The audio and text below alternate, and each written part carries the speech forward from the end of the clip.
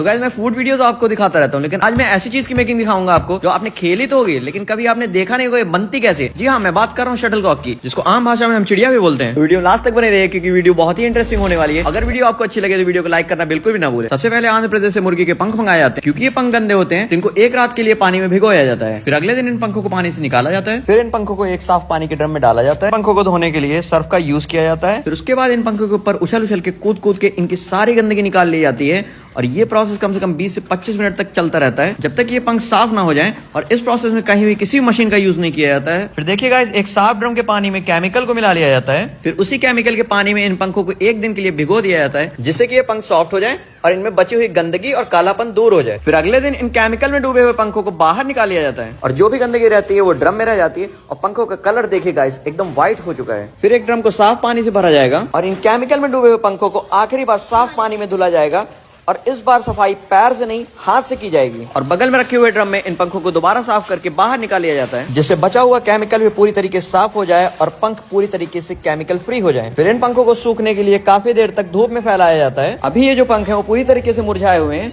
अब इन पंखों को सूखने के बाद एक गोल चक्कर में घुमाया जाएगा, जिससे कि ये पंख निकलने के बाद पूरी तरीके से खिल जाएंगे। तो गाइस, ये जो गोल चक्कर आप देख रहे हैं, इन्हीं में इन पंखों को डाला गया है और 1 से 2 घंटे तक इन पंखों को इसी में ऐसे घुमाया जाएगा, जिसके बाद इन पंखों को जब निकाला जाएगा तो ये पंख पूरी तरीके से खिले हुए होंगे।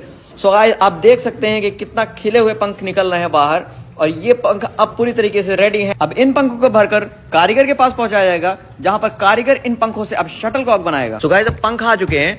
अब कारीगर द्वारा इन पंखों की कटिंग की जाएगी, जिससे कि जो इन पंखों का खराब पार्ट है वो अलग हो जाए। अब कैंची से इन पंखों को काट कर दोनों साइड से शेप दिया जाएगा, जिसके बाद इन पंखों को अलग अलग वैरायटी के हिसाब से अलग अलग कर लिया जाएगा। अब ये गोल गोल आप देख रहे हो, इसको कॉक बोला जाता है। अब फेविकोल से इन पंखों को कॉक में चिपकाया जाएगा और ये सारा काम मशीन से नहीं हाथ से किया जाएगा। लेकिन आप फिनिशिंग देखिए गाइस, क्या गजब की फिनिशिंग है। ऐसा लग रहा है कि ये सारा काम मशीन से किया जा रहा है, हाथ से नहीं। और उसके बाद इस शटलकॉक को दूसरे कारीगर के पास भेज दिया जाता है, जहां पर सुई धागे से इसकी सिलाई की जाती है। अब ये शटलकॉक पूरी तरीके से रेडी हो गई है। अब इसको मार्केट में बेचने के लिए इसकी ब्रांडिंग की जाती है, जिसके लिए इसमें लोगो लगाया जाता है। अब इनमें टेप लगने के बाद इन सारी शटलकॉक को एक एक करके डिब्बों में भरा जाएगा। अभी गाइस, ये पूरी तरीके से मार्केट में बिकने के लिए रेडी नहीं है, जिसके लिए इन डिब्बों को अगले कारीगर के पास भेजा जाएगा, जहां पर फेविकोल की मदद से इन डिब्बों पर स्टिकर्स लगाए जाएंगे। स्टिकर्स लगने के बाद इसको अगले कारीगर के पास भेज दिया जाएगा, जहां पर इन डिब्बों को ढक्कन से दोनों साइड से बंद किया जाएगा, जिससे कि शटलकॉक बाहर ना निकल पाए। अब इसी डिब्बों की मजबूती को बढ़ाने के लिए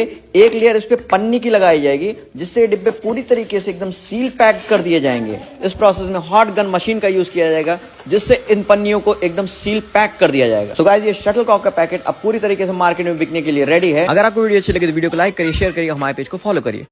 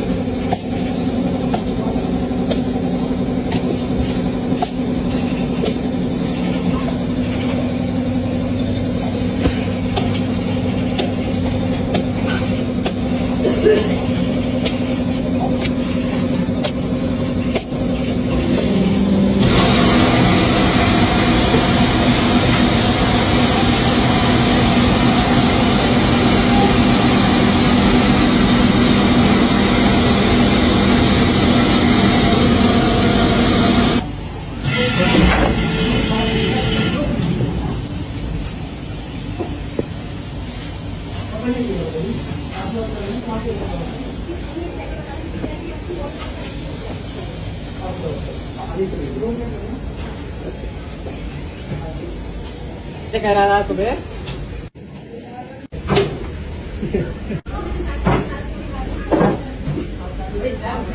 मजा आती है, मजा आती थी भाई इसकी बातों में। मेरे को एक बार फोन किया, तुम्हें काम है? काम है।